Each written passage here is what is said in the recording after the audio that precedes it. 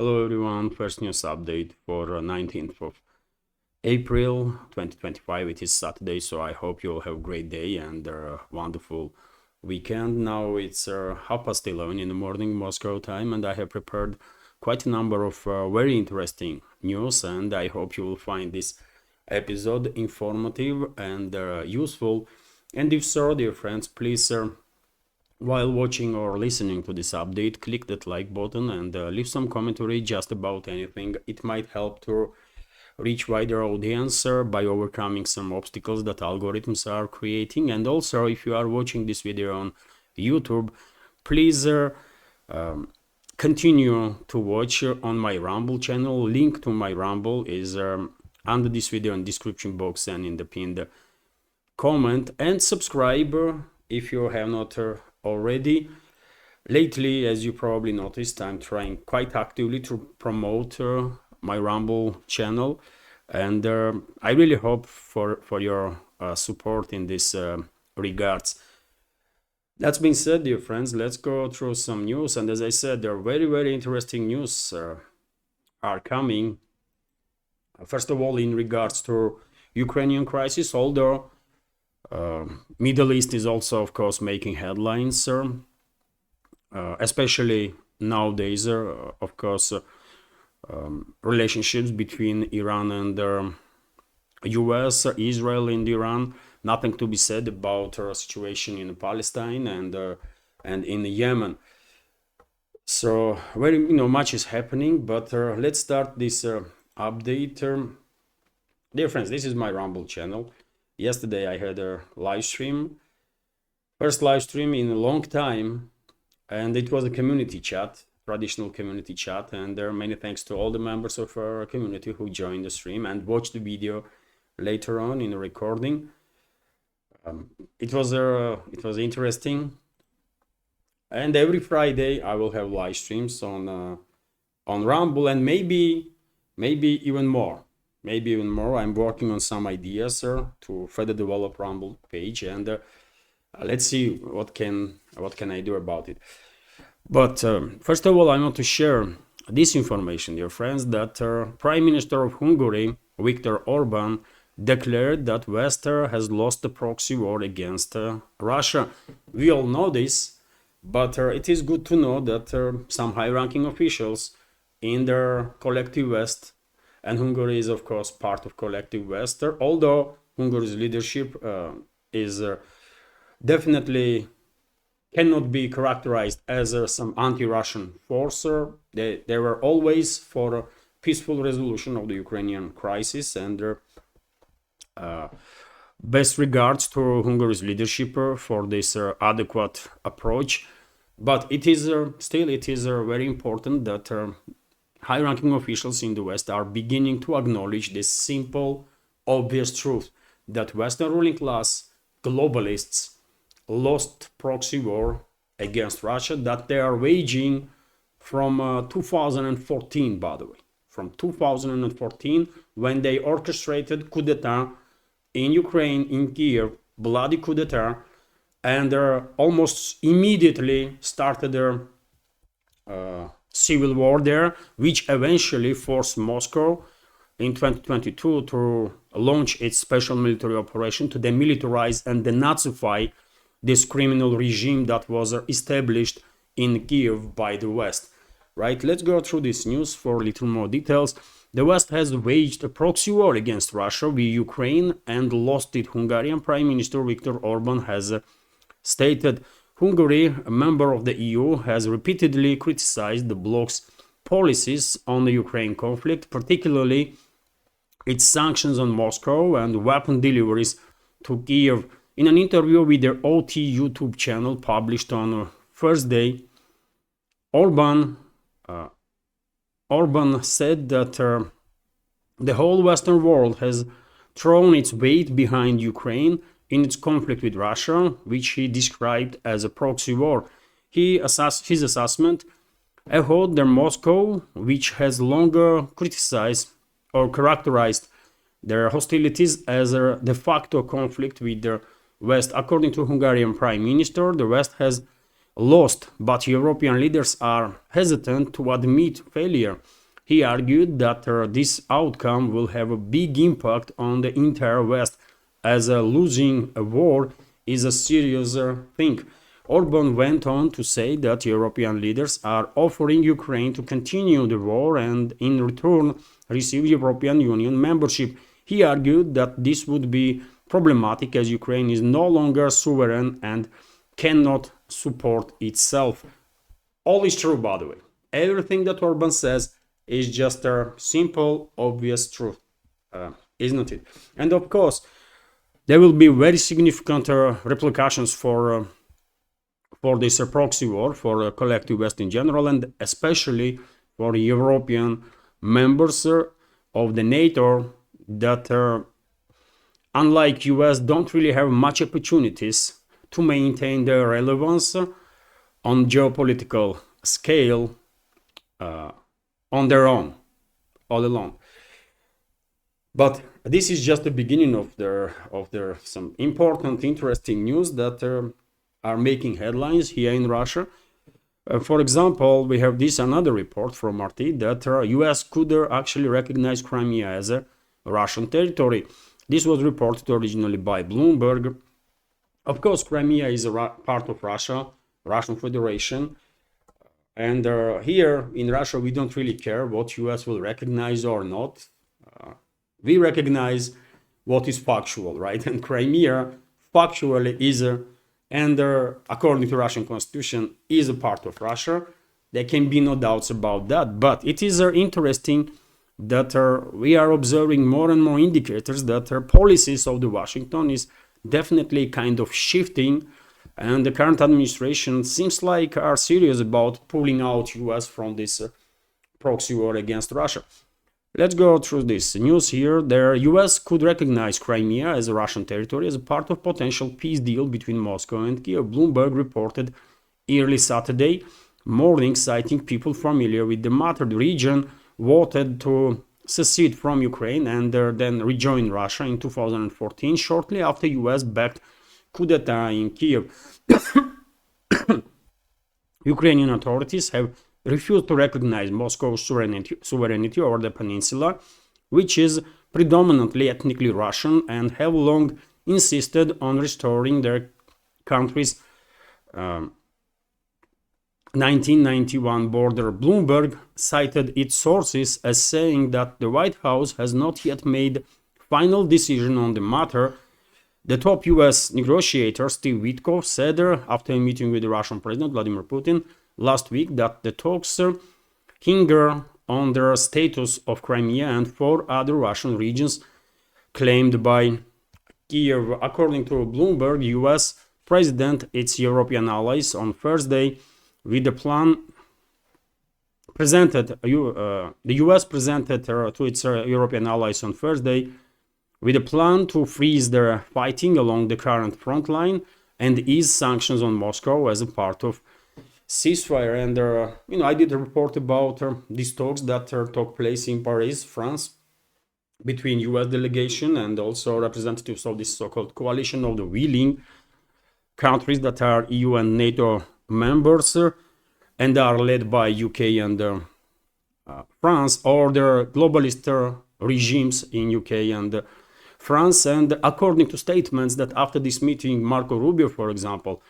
head of State Department of US, was making, seems like there is some significant friction between the sides there, and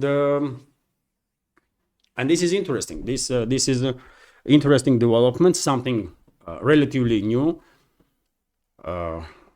but I think inevitable. I think inevitable because in order to survive, US definitely needs to get out of this proxy war against Russia, focus more on its own self, maybe on some other areas, but longer hostility with Russia continues, weaker and weaker US is becoming. While US and the US leadership, I guess, understands that US has every opportunity to maintain relevance on geopolitical scale, unlike Europe, that is doomed to fail and become a somewhat irrelevant part of Eurasian continent in just the next 20 to 30 years. Nothing can help Europe from now on.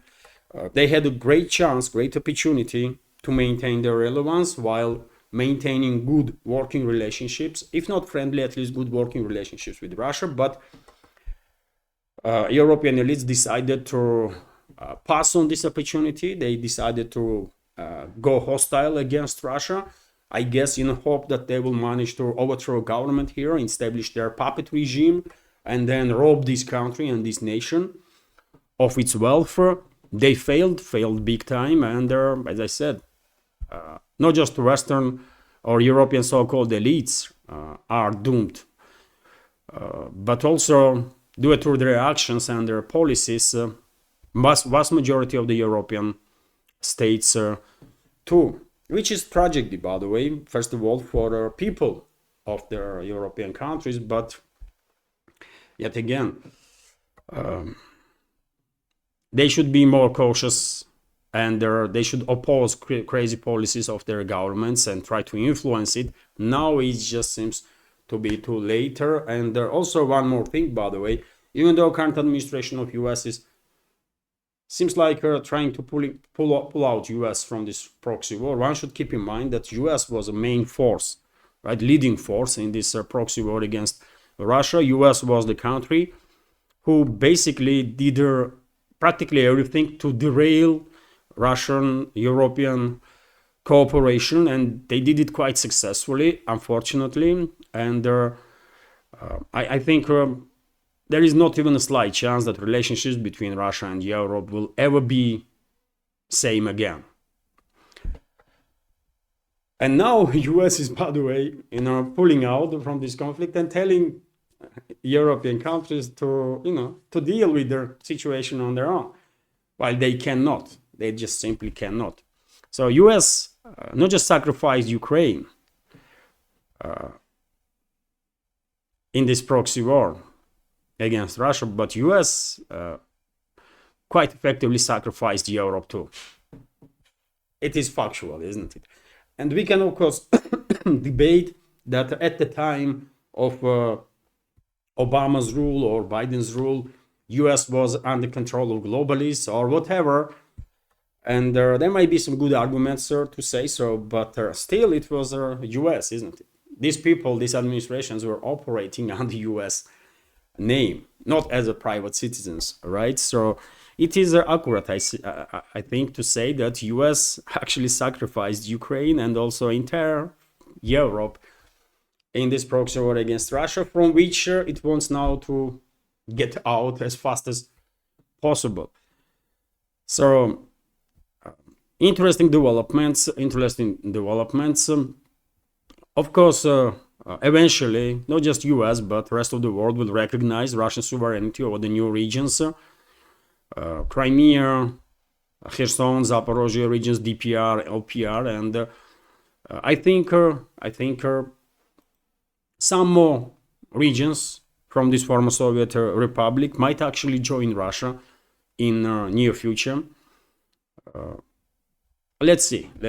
But we have also this report, by the way, that US is proposing leaving former Ukraine territories under the Russian control. Also Bloomberg's report. So the US has presented its allies with the details of its peace plan to bring the conflict between Russia and Ukraine to their end. Bloomberg reported on Friday, citing European officials familiar with the matter. The proposal outlined during their meeting in Paris on Thursday reportedly includes easing sanctions on Russia, I already mentioned that, as well as terminating Ukraine's aspirations to join NATO. Their roadmap would effectively freeze the conflict and leave former Ukrainian territories that are part of Russia under Moscow's control, the sources suggested. And if this report from Bloomberg is correct, and that's the US baseline proposal, that new regions are part of Russia, NATO topic is completely closed now, then I guess Moscow may be interested in that. After all, we all remember that when Russian President Vladimir Putin went to meet with leadership of Russian Foreign Ministry in 2024, he said directly that meaningful negotiations on peaceful, long-lasting peaceful solution on the Ukrainian crisis to begin.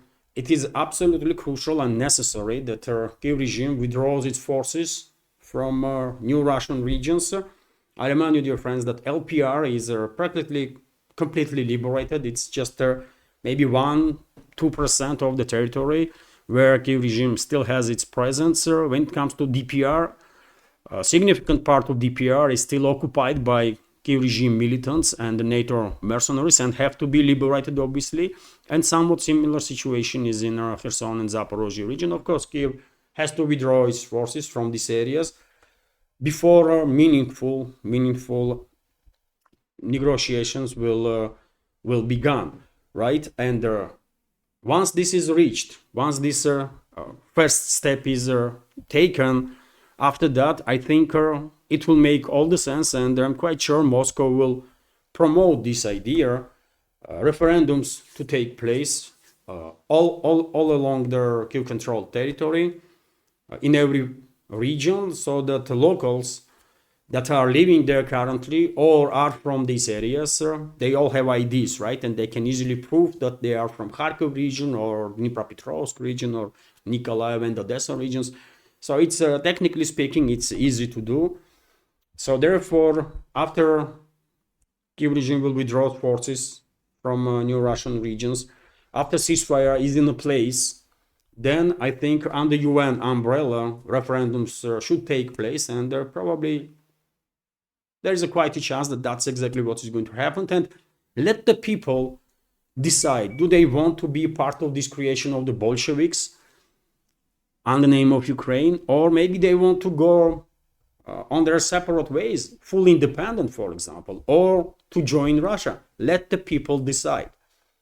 That's the best way for long-lasting peace, long-lasting solutions, right?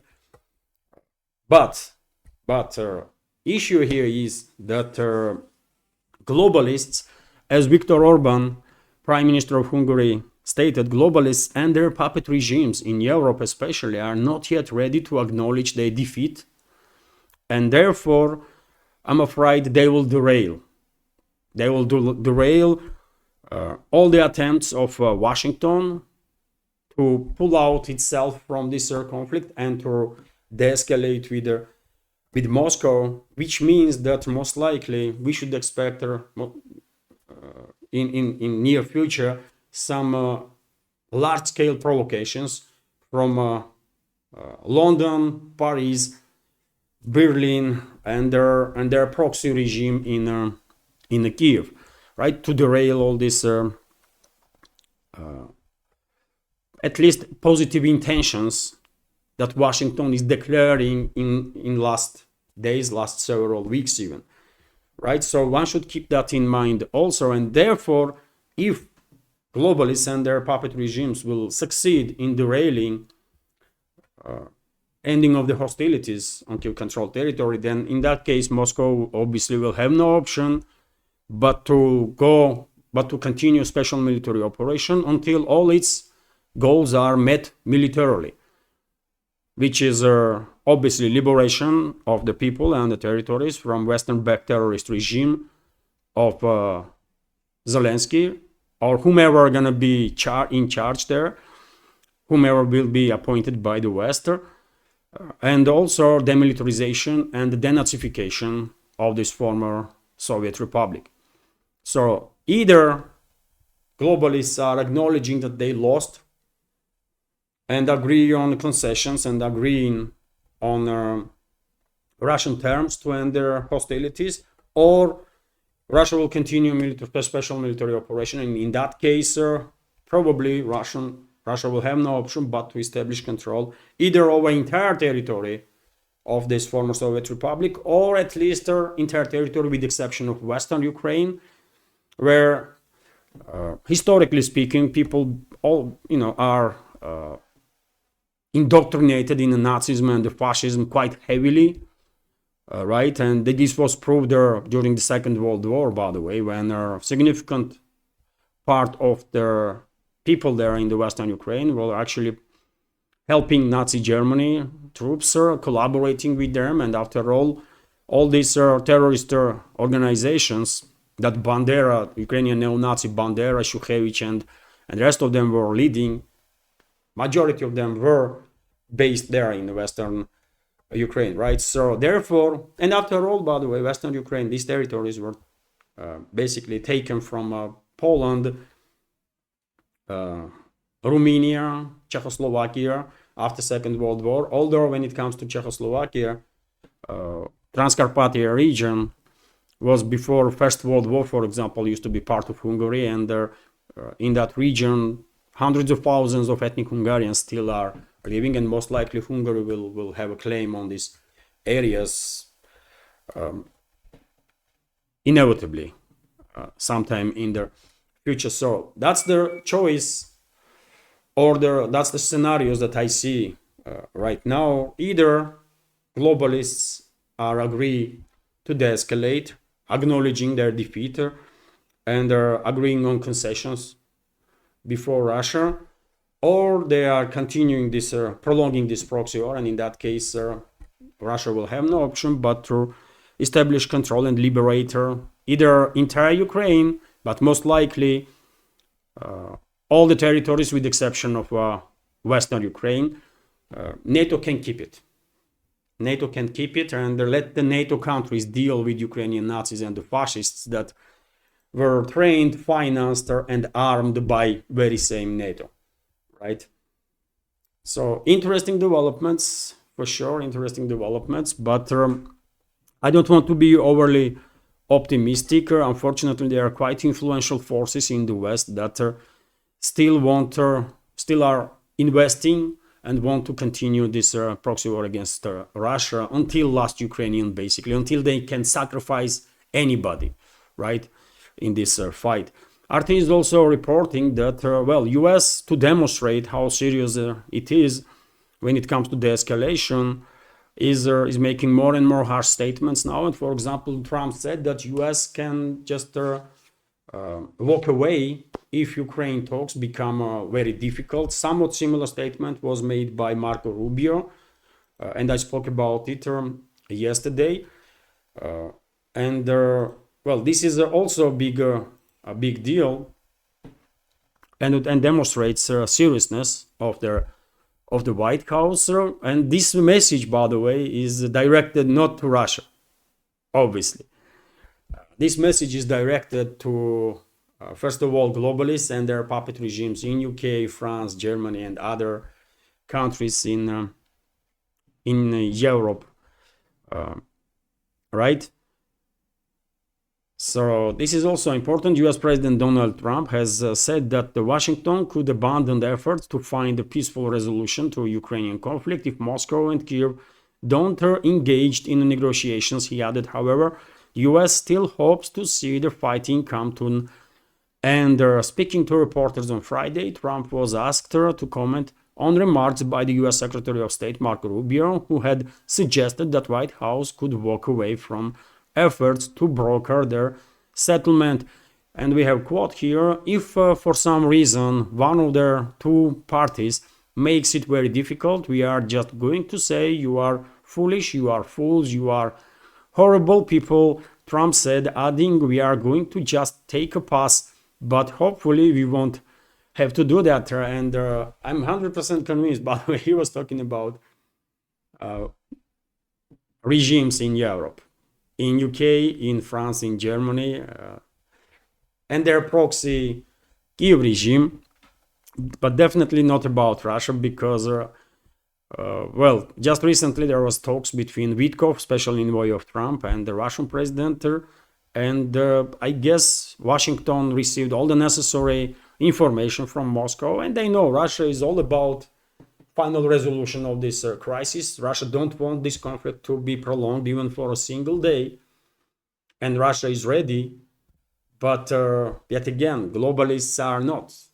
Globalists are not, because they lost, by the way, and they are finding it difficult to acknowledge this, right? Because just a decade ago, they were thinking that they are on the top of the world. They can do whatever they want, or literally anything, and they've been smashed, right? They've been smashed, as Viktor Orban said, by the way, that practically entire collective West weighed in this war and lost it, while sacrificing so many people on Kiev-controlled territory, by the way. So interesting developments. If US will walk away, that will of course near the end of the conflict, because European states on their own barely are capable to prolong this conflict for another year also, and I guess then they will run out of steam after that. I mean, UK, France, Germany, some other countries, some other European NATO member states do have possibilities to further finance this proxy war and also continue deliveries of some weapons and munition, but they will last without US maybe a year max, maybe not even that, just a couple of months, and that's about it. So in any case, if US will walk away now, that will not bring to the end this conflict straight away, but it will fast track the final resolution one way or another, and it's only a matter of time, and globalists will have no option but to acknowledge that yes, they lost. But one should always, as I already said, keep in mind, by the way, that very same globalists play just about everybody, entire humanity, isn't it? When they use US to destroy relationships between Europe and Russia, and then they lost control over the US, and now this America First group that is in charge there in Washington is quite fast, quite quick, basically, to pull out US from this proxy war and leave Europe alone against Russia. And it never ended well for European states, European elites, whenever they were engaged in a large-scale conflict with Russia, historically speaking. And it's the same story now, kind of. History is just repeating itself. Anyways, some as I said, some very interesting stuff is happening, and it is interesting to observe how quickly, by the way, this Euro-Atlantic alliance is disappearing, breaking down like it was a house of cards. I mean, probably many of you are also kind of surprised to see it, isn't it? That this whole structure of Euro-Atlantic alliance is being destroyed in a matter of couple of months since Trump was inaugurated. Quite stuff. RIA Novosti, meanwhile, is reporting that State Department warns US won't be dealing with Ukraine for years. In addition to what news I already shared, European Union must understand that the United States will not discuss Ukraine for years. State Department spokeswoman Tammy Bruce told the Fox News. And as I said, by the way, all the statements of Rubio and Trump was clearly directed to puppet regimes of the globalists in Europe, right? And their press spokeswoman of their State Department in US went to say directly as it is and confirm basically what I just said, that, well, US is basically talking to Europe. Either you are de-escalating now, and in that case, we are in, or if you want to continue this proxy war, then you are on your own against Russia, and good luck with that. I guess that's what the position of Washington is currently. And when it comes to Russian position, we have also a report from RT that the press spokesman of the Russian president, Dmitry Peskov, commented on these latest developments, and he basically repeated what has already been said by Russian high-ranking officials. The ongoing negotiations to secure peace in Ukraine conflict are difficult, but Russia remains committed to achieving a resolution, Kremlin spokesman Dmitry Peskov said on Friday Peskov's comment followed US President Donald Trump's statement that he expects a response from Moscow on a proposed peace agreement with Kyiv later this week. Speaking to reporters, the Kremlin spokesman was asked whether Trump's remarks suggested there are any behind-the-scenes agreements between Washington and Moscow. He acknowledged some progress in efforts to challenging issues remain on the table. We believe that certain progress can already be stated. This progress is related to temporary moratorium that Russia agreed on when it comes to strikes on energy infrastructure facilities, and that moratorium has expired, by the way, since then. He added also that while Moscow has honored this moratorium, the same cannot be said for Ukrainian side, which is true. And I guess, by the way, there are some other agreements also in place. I think these meetings between Russian and US representatives, I mean, now we have more and more indicators to say that these meetings were actually quite effective. Because take a look at the statements from US, by the way. Take a look at the statements from US. Seems like Washington is in a hurry, by the way, to pull out the country from this proxy war and focused on some other stuff. So why they are doing this? Probably because after these talks with the Russian side, they have good enough ground now to act this way, right? And to hope for improvement of the relationship with Moscow, not immediately, but at least sometime in the future. And obviously, relationships. I mean, for Washington, it is much more important to have a good working relationship with Russia than with the Kyiv regime or the entire Europe. By the way, let's be real here, because analysts or experts in US, of course, understand perfectly well that Europe only had the chance to maintain its relevance if it had good relationships with Russia, and these relationships were destroyed. So Washington knows perfectly well Europe is doomed. So of course they will make now choices that are in best interests of US, which is to maintain good working relationships with Russia, or to reach these good working relationships because currently we are actually in a war, right? Because US still, even if Trump did not yet approve any additional weapons deliveries or money supplies to Kyiv regime, Washington still continues to deliver weapons, munition, and whatever was actually authorized by previous administration, which is a mistake, big mistake, I think, on part of Washington. But at least Trump is not authorizing additional weapons deliveries for now, and let's hope it will stay this way, and he is serious about pulling out US from this war. And meanwhile, by the way, while there is so many talks and headlines about the Ukrainian crisis, on the ground, obviously military operations continue. And we have this report that the armed forces of Ukraine are preparing a bloody provocation in their Kharkov region.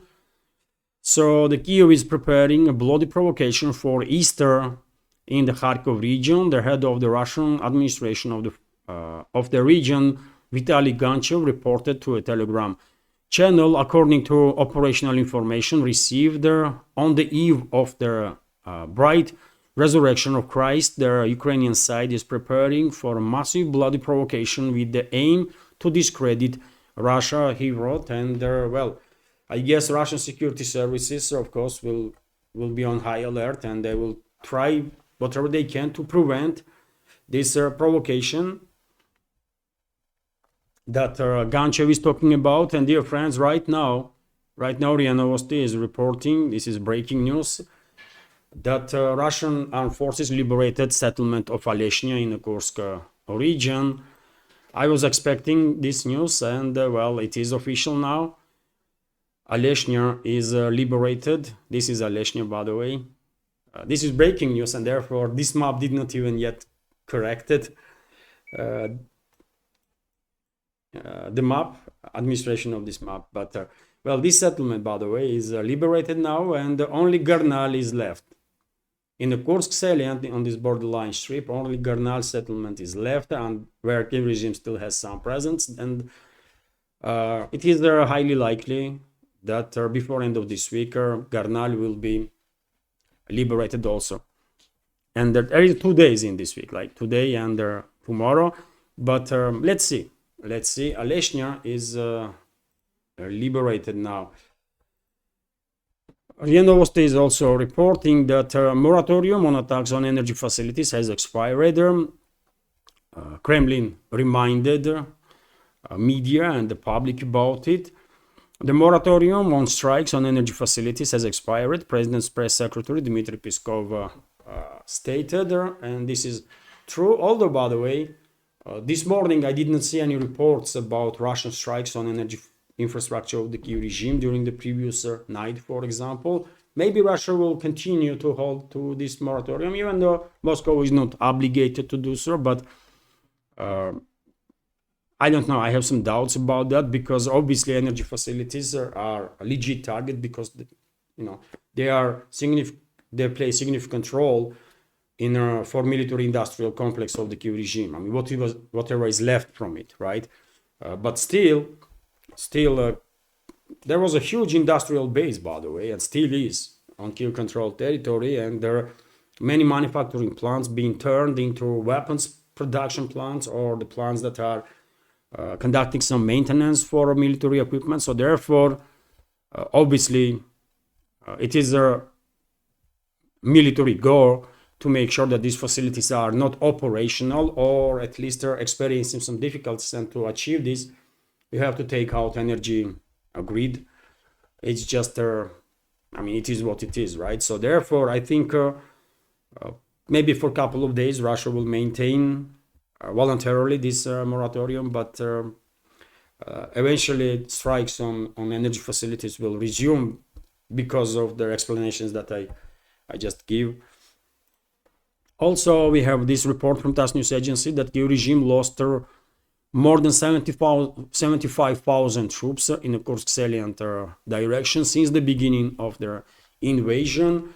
And this number is growing and growing, by the way, because, as I said, still battles are continue on a borderline strip at this point.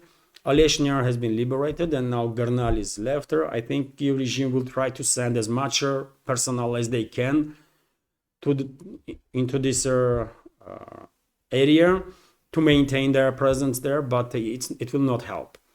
It will not help. It's only a matter of couple of days, and of course Russian troops will liberate Gernal also, and the entire Kursk region will be finally liberated, entire this Kursk salient area. TASS news agency, meanwhile, is reporting that Russia ready to help facilitate Iran-US nuclear deal agreement. This was stated by Lavrov, foreign minister of the Russian Federation. Moscow is ready to facilitate potential nuclear deal agreement between Tehran and Washington, provided that such accords respect Iran's interests, Russian foreign minister Sergei Lavrov said. And by the way, we have more and more indicators that tells us that Moscow did actually play key role in this attempt to de-escalate relationships between Washington and Tehran. And I think both capitals, by the way, Tehran and Washington, both did ask Russia to kind of mediate in this, because, for example, we have this report that Iranian foreign minister Arakchi and his team, his delegation, arrived in Rome, Italy, where the second round of talks between the US and the Islamic Republic to resolve the crisis over the Iranian nuclear program will take place. And I reminded you, friends, that before Arakchi visited Rome, Italy, he was here in Moscow.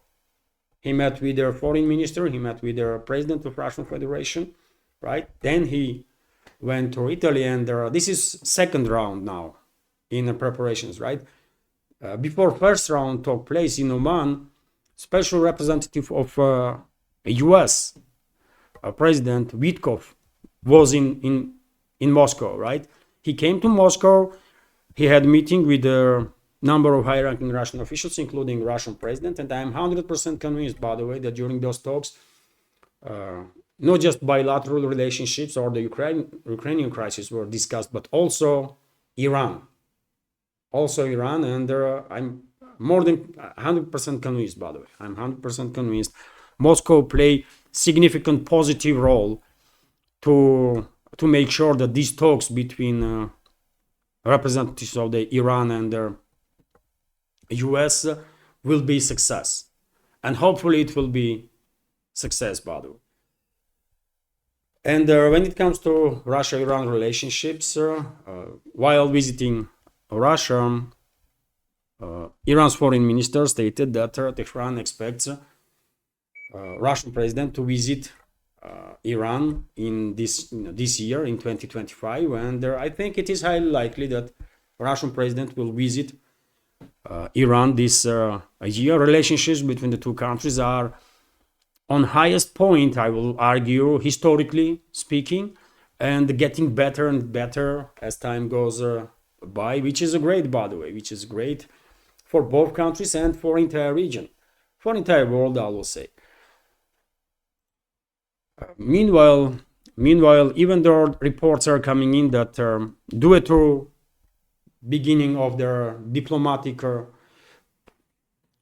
talks, negotiations between US and Iran, and high hopes that some resolution will be reached, Washington refused to go along with the plan that Netanyahu, Israeli Prime Minister Netanyahu, had about strikes on Iran's nuclear facilities. I reported about this a couple of days ago. Western media, based on their sources, reporting that White House rejected plans that Netanyahu had. And I said straight away, if you remember, that even though it is a positive if US will stay out of it, but Israel, Netanyahu's government, may actually authorize these strikes anyway, and Israel may go along against Iran.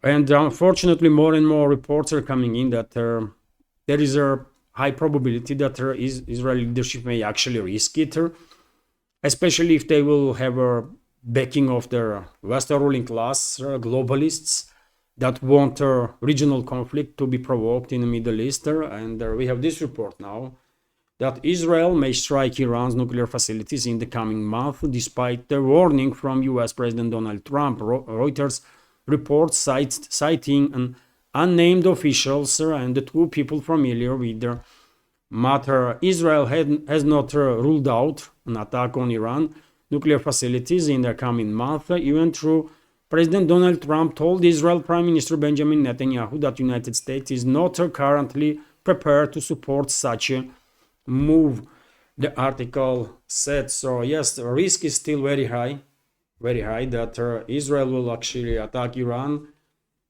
nuclear facilities and will basically provoke regional war. That's what it's gonna be. Well, let's hope some adequate people, if there are any, in the circle of the Netanyahu, will have some influence and will move away Israeli leadership from this psychopathic idea to attack Iran. But if not, then unfortunately they might actually go ahead with this attack and cause tremendous harm to entire region of the Middle East and the entire world. A few more news, dear friends, before end of this update. RT is reporting that Musk's SpaceX is a frontrunner for Trump's missile shield. So Elon Musk's SpaceX has emerged as a leading contender to develop a significant portion of the US President Donald Trump's proposed Golden Dome missile defense shield. Sources familiar with the matter told the Reuters. And well, by the way, I don't know about you, but I see conflict of interests here. Even though SpaceX is undoubtedly a leading company in aerospace technologies, in rocket technologies. But still, by the way, he's working for the government, and if SpaceX will receive now billions or tens of billions, potentially hundreds of billions of dollars to build this golden dome, then many people gonna argue that this is corruption. I don't know. I don't know, but when it comes to topic itself, by the way, I mean, US is a huge country. People are forgetting sometimes that US is one of the biggest countries in this world, and to create a really effective air defense system that will protect entire territory of US, I mean, you cannot do it. It is just not feasible. It cannot be done. No SpaceX, no any other company will be able to pull off this, and not just because it's gonna be tremendously expensive, by the way. It's gonna cost trillions of dollars, right? But also because there is no such resources. There is no such resources. US has no resources to afford that. So therefore, I think all this topic talk about Golden Dome is more like a PR stunt than something serious. Although, by the way, this PR stunt may cost US taxpayers actually tens of billions of dollars, maybe even hundreds of billions of dollars, because probably some money will be allocated for this absolutely nonsensical idea, because you cannot cover entire US, by the way, and not just mainland US, but also Alaska, by the way, or Hawaii.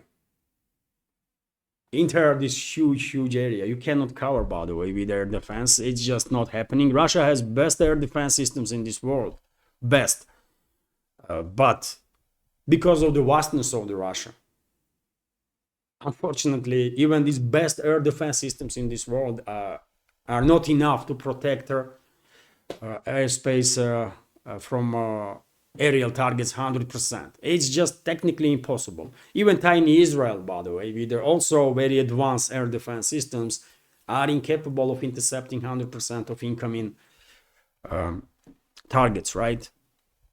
So this is crazy. This Iron Dome stuff is crazy, by the way. But it will allow federal government to allocate some funds towards the companies that they are in favor of. In this particular case, SpaceX. So, RT is also reporting that China completely stops buying LNG from US, which is a definitely big deal.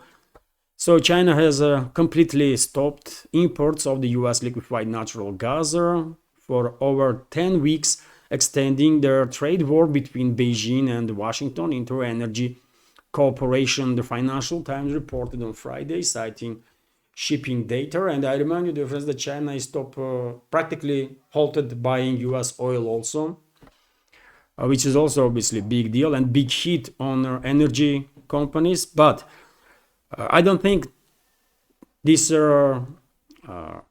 decision gonna stay for a long time. I think both sides, US and China, are just trying to prepare their positions as much as possible to be in as